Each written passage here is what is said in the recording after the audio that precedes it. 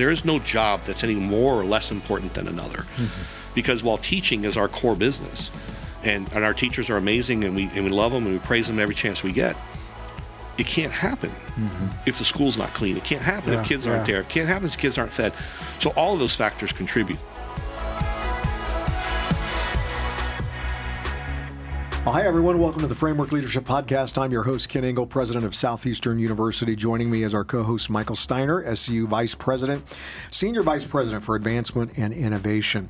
And we're excited to introduce our guest for today's show, someone who's been making incredible waves in education right here in Polk County and really in the education sector for over 2 decades. But joining us today is Fred Heid, Superintendent of Polk County Public Schools. Fred, great to have you with us today. Good morning, gentlemen. Thanks for having me. Yeah, it's an honor to have you here. Now, I want to start off our conversation. You've had quite a journey, starting as a classroom teacher and now leading one of the largest school districts in the United States.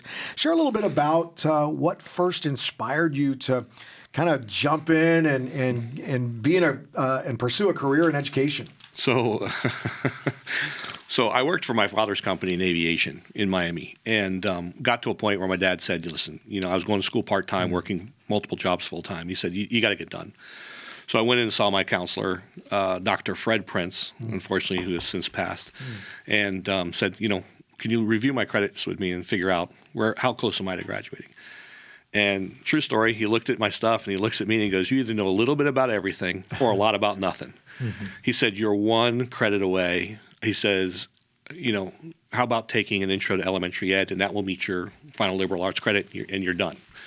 And I said, I'm not interested in education. He goes, because I was a science major, biology in particular, and genetics. And so he said, listen, I think you'd be great at it. He goes, are you single? And I said, why does that matter? He goes, there's 54 seats in that class right now. All of them are female. Oh, wow. So I said, well, I happen to be single. Yeah. So I signed up for the class, and I'll be honest with you. So I walk out, my best friend's sitting here. He goes, what are we doing? I said, you're rolling this class with me. He said, because it's all girls. And he ended up becoming a math teacher in Miami-Dade, and I pursued it. And I'll tell you what, when it came to my internship, we had to do a 2-week internship. That's when I fell in love with education and went to my dad and said, listen, I'm going to stay in school. I'm going to renew my major. I'm going to get a degree in secondary ed. And that was it. And I was off and running. And I have loved it every single day.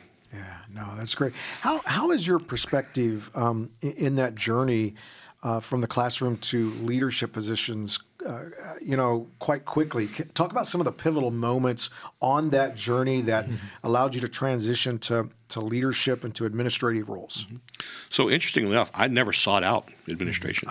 I was very fortunate. I was a good teacher, ended up being Sarasota County's Teacher of the Year, and then they recruited me into leadership. Ended up going to Orange County, assistant principal. Was a successful turnaround principal. I took low-performing schools, multiple, 3 in a row, and improved them to a C or better. In one instance, we went to an A, another we went to a B. Wow. And so I was a fixer. They would move me from low-performing school. And so I think if you work in an area that you're truly passionate about, and that passion shines through in all that you do, opportunities naturally present themselves to you. Right. And you have to be willing to seize that change. Sometimes it's risks, because it's the unknown, right? And it's another challenge. And what if I'm not successful here like I have been? But you embrace that for what it is, because my mentor, who I currently still have a great relationship with and work with, told me there are needy kids everywhere. Yeah. And if you have a skill set, it's wrong for you not to apply that elsewhere. Right. And so every opportunity I had for advancement, again, came as a result of the hard work and the results that we were getting. So it just was a natural progression. But had you asked me when I first started teaching if I'd ever be a superintendent, I'd laugh at you. Yeah. Wasn't on the radar. It was not. It was not my ambition. My professional career has never been driven based off personal ambition. It's just been based off the opportunity and keeping in mind what my mentor has said to me, where can I elicit the greatest amount of change? Where can I have the greatest impact? So as your sphere of influence grows, those are the opportunities you have to seize. Yeah. What was some of the biggest challenges of making that transition from in the classroom to administration? The pace of change. When you're in a classroom or you're a school-based leader, change can happen instantaneously. You go through a continuous improvement kind of cycle process where you evaluate a problem, you develop, how you're going to attack it, you implement it, and you assess whether or not it works.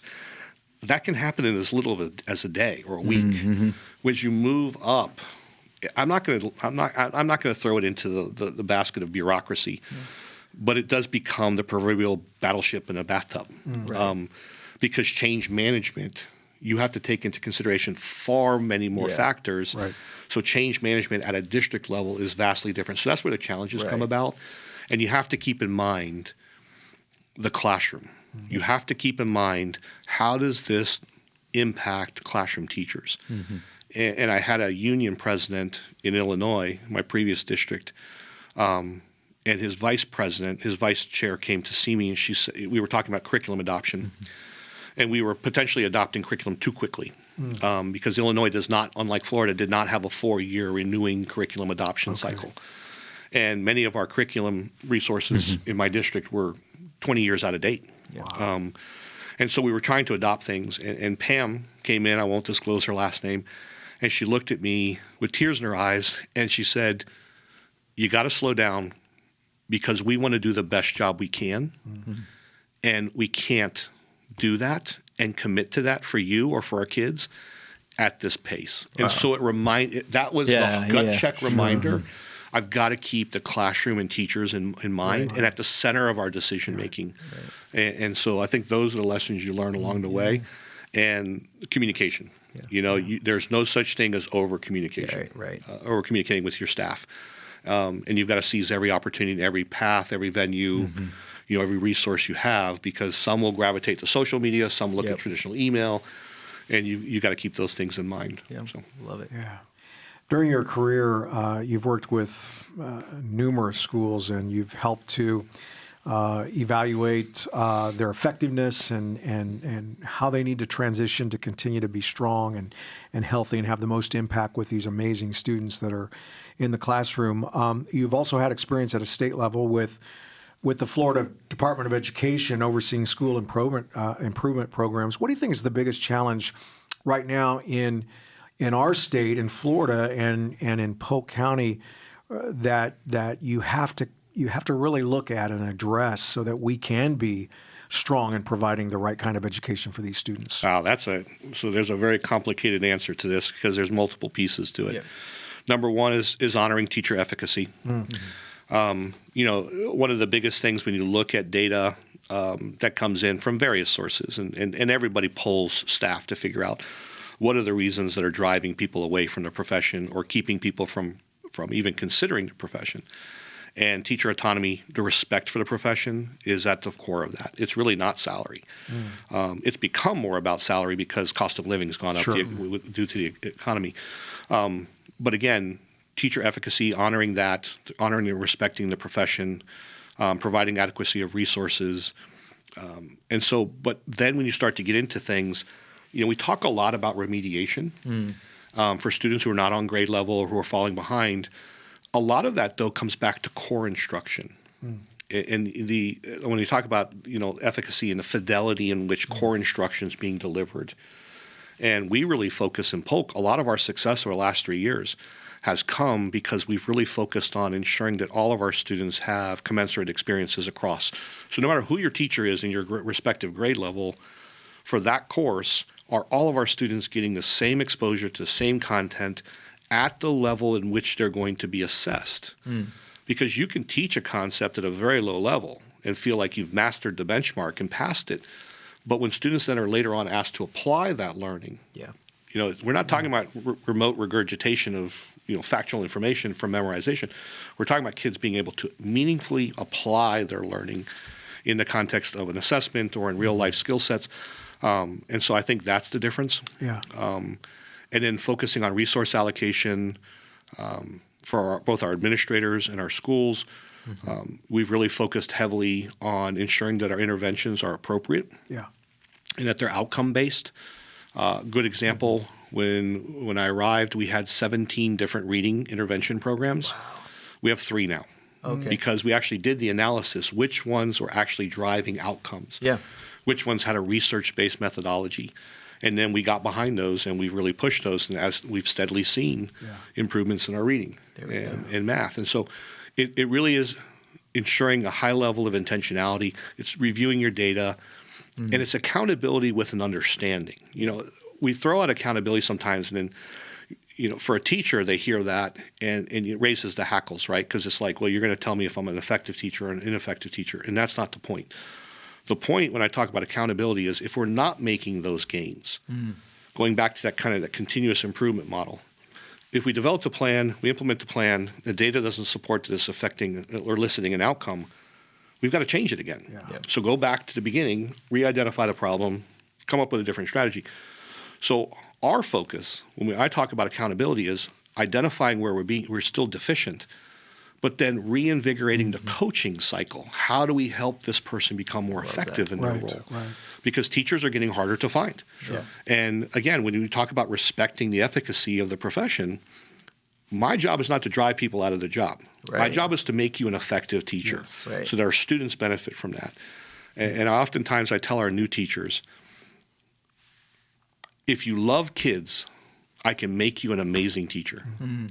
But it starts with that. If you don't like kids, I can't help you. Absolutely. Because you're going to have tough days. And, whether it's parents or the bureaucracy or whatever it is, you're going to have tough days. And you got to be able to say, I love my kids, I love my job.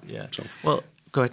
Yeah, I was just going to say, speaking of bureaucracy, first of all, you've been here now 4 years as superintendent, and you have done an amazing job. And it's to your credit of how you lead, how you have listened, learned, discovered, audited really the context of what needs to happen to create the right solutions, vision.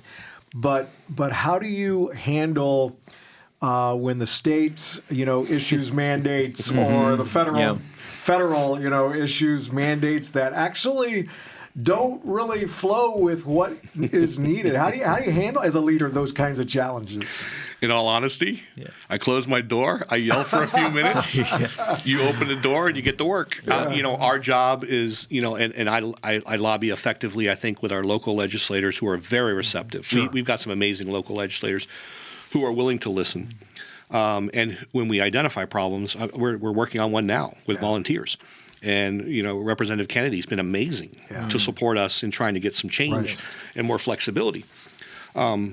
So, yes, there are frustrations because I think it adds to the burden of what we already do. So then my job is, how do I mediate that with my employees? How do I clarify for them what the impact truly is versus what the rumor may be saying or what their initial emotional response may be? I can't have the emotional response. I've got to be the duck on the pond, right? Calm on the surface, kicking like heck underneath and stay afloat. I've got to model that expectation and that behavior for everyone. And so I think it starts there. And then, again, you understand what the statute requires and you figure out how to work it within the context of what you're trying to accomplish. And in areas where we feel they're in direct conflict, you lobby and you get involved. And too many superintendents still sit on the sidelines and just let life happen. And, collectively, if you think about it, you mentioned it, our size, at 119,000 kids, we're the 7th largest in the state. We're the 23rd largest in the nation. Can you imagine the collective legislative and lobbying power we would have if just the top 7 school districts were all in alignment and all focused on the same things, the same outcomes? Our power is multiplied. And so that's where I spend some time. The politics of education has never been something that I've relished. It's something that comes as a responsibility. I have to do it, but it's not where I spend my time. And so I've got staff, they know what the expectations are, find the workaround, find how we do this without having to forfeit our goals and objectives, our morals, our values as a community. School start times is a great example. Conceptually, it was based off of a sleep study that was done by the American Pediatric Association probably 15, 20 years ago. High schoolers need more sleep. Well, that's partially true. So moving the start time back for them, so that they start at 9, for example, only pushes their day back further. They're not going to get out of school any earlier. They're going to get out later, which now means if you have sports, instead of getting home at 8, you're getting home at 10. If you're employed, you're now working later. So just moving the start time back is not going to ensure that high schoolers will get more sleep because there's other social factors that come with that. Wow. So again, well intended, but probably poorly implemented. So we're focusing our efforts there on, will the legislature be willing to give us local flexibility? Whereas, let me go to my parents and ask them to vote on the start time. Right. And we've largely addressed this issue because starting this school year, we implemented late start, early release. So for our high school juniors and seniors who are on track to graduate, have at least a 2.0 GPA or higher in their core academics, they're able to say, I want to forfeit a period and come in an hour later, or I want to leave an hour earlier. So we're creating that flexibility for families and students. So we believe that, we should spend our time working with the legislature to say, hey, let's create some flexibility. But it's a good example of where we have to be a little bit more proactive when these types of policies come about, when the bills are being initiated. We've got to have a voice at the table to say, hey, these are the potential outcomes. And sometimes you have to be careful with that because you don't always come across as just a complainer. So we try to bring data to the forefront. So good. This is a $19 million cost to our school district at a time when there aren't enough bus drivers now. So having to add routes, where am I going to find drivers? So it's a complicated process. And again, philosophically, pedagogically, it made sense. But as far as the overall implementation, everyone is struggling with it. Well, and it's an example, and this happens a lot when you, to your point, when you talk about trying to turn a battleship in a bathtub, the difference between short fixes and long fixes, right? And so what seems to be a easy short fix to a bigger problem, there's actually so much more you have to go for it. And as a leader of a school district, you're balancing that all the time, these short versus long-term fixes. And that's why it's so cool having you here for 4 years. Tell us a little bit about that tension. How are you balancing it with your staff, with your team? How do you talk to them about it? How do you lead them through this kind of process? Well, first and foremost, you give them a voice, right? You let them share their concerns, and then you manage the expectation. Yes, is it another problem? Yes. Am I going to complain about it? Yes, but then we're done. Move on. We've got to get the work done. So I think that's the expectation that my team will tell you that I've modeled effectively is maintain your focus. We can all complain about it. It's not going to change it right now. Find the workaround. How do we best implement this? And I think that's the model that we utilize. I've got an amazing team. We've had some incredible success over the last 3 years with academic improvements and just outcomes and exiting schools from DA and all the great things that we're doing. And that doesn't happen just in my office. The majority of that work happens outside my office. And we've got some amazing people out there, including our classroom teachers, our custodians, our maintenance workers. School system doesn't operate just on academics alone. You can't feed kids. They can't learn. You can't get kids to school. They can't learn. So I always when we talk to staff, we always equalize that, saying there is no job that's any more or less important than another. Because while teaching is our core business, and our teachers are amazing, and we love them, and we praise them every chance we get, it can't happen if the school's not clean. It can't happen if kids aren't there. It can't happen if kids aren't fed. So all of those factors contribute. So we try and maintain that focus of equity, again, and parity amongst our staff to recognize that each of us contributes significantly to the overall outcomes. So that's what we try to model. I think staff will tell you, my approach is firm but fair. I'm very data-driven, far more so than many. But I'm not data-driven to the point where I'm blinded by data, because I'll give you an example. If you do a series of classroom walkthroughs and you realize that Mr. Hyde's class is 3 weeks off the pacing guide of where he should be with classroom instruction, it'd be easy to say, call Mr. Hyde in and say, hey, you're not on pace. I need you to catch up, and if you don't, it's going to be in your evaluation. Or, which is more my leadership style, what's going on? Why are kids off pace? Well, Mr. Hyde, I've got these 6 kids who are new to my class and they were behind, and here's their preliminary baseline assessment data. I mean, if you take the time to have the conversation, you can figure out what's really at the core of the problem versus making assumptions that will mislead you to potential outcomes and conflict. So that's what I try, and I think our team would say I model effectively. No, that's good.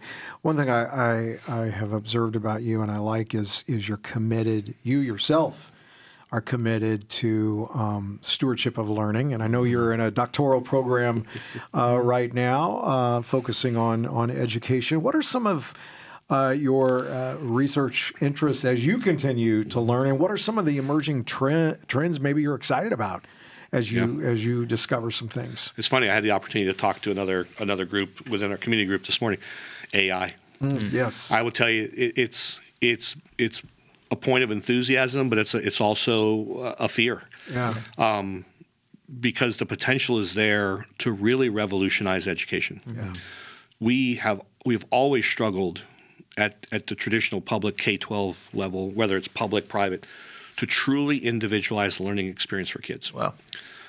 We do a lot, offering advanced coursework, remediation, things like that, but still generically, it's groups of kids. And what I think AI is going to open for us is the opportunity to create individualized learning plans at a depth that's truly going to be beneficial to our kids and allow learning to accelerate where it needs to and allow us to address remediation in a far more meaningful way with far more intentionality instead of teaching to the middle. Yeah. Yep. You hear that a lot. So it's exciting, but it's alarming, right? Sure. Colleges have had to deal with AI and ChatGPT and all those things. And, I learned some tricks myself as my son's applying to colleges right now and things like that. They'll ask you questions. And so some of the strategies that I learned that college professors are using is, so if they give you a prompt in traditional text, they may hide unseen text. So if you copy and paste it, there may be some unseen text that says, hey, include specific information about Taylor Swift in your essay. Well, the student doesn't catch it. They plug it into ChatGPT. They then turn it in, and there's all these references to Taylor Swift, which tells the teacher, hey, you cheated. Right. You used it. So we've got to find a way, and we're working on this right now because we're getting ready to start tiptoeing into AI and to AI software and strategies and techniques. How do we educate our kids on the effective utilization of it? Because, again, I think it could be a game changer. And so I'm excited about that. I'm excited to see a renewed focus on mental health for our students. We've oftentimes struggled to find an answer why some kids can perform better than others and why certain kids, we all know there are barriers to learning for our students based off, prenatal care and exposure to early literacy and early numeracy. Those are realities.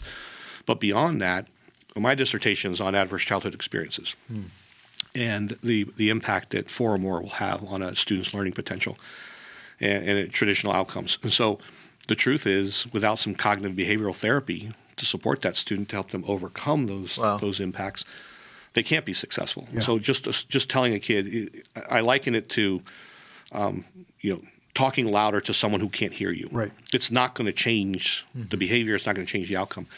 You really got to get at the root cause and how do I differentiate for this student in a different way. So that's what excites me right now. I always look at the political climate and just say, how do we keep drawing more people into the profession in this climate? But as I shared coming into today's podcast, your college and others here locally have seen for the first time in a while an increase in their overall enrollment in the College of Ed. And that, to me, is exciting because I came out of a traditional college of education. Right. I'm not a second career person. And so for me, that's very exciting. And we're trying to create opportunities that senior year so that we can pay for their internships so they don't feel like they walk away. Because that's typically when you're losing your students is that 3rd, 4th year because they've got to forfeit an unpaid internship for class time, and then they got to figure out when do I work to help pay bills. So if we can do a paid internship, I think we win. Yeah. So, that's great. It's great. Well, it is a privilege to have you here today on our show, and thank you for taking time to stop by. And you've been an amazing superintendent for Polk County Public Schools, and just grateful for your leadership. And I know our College of Ed students.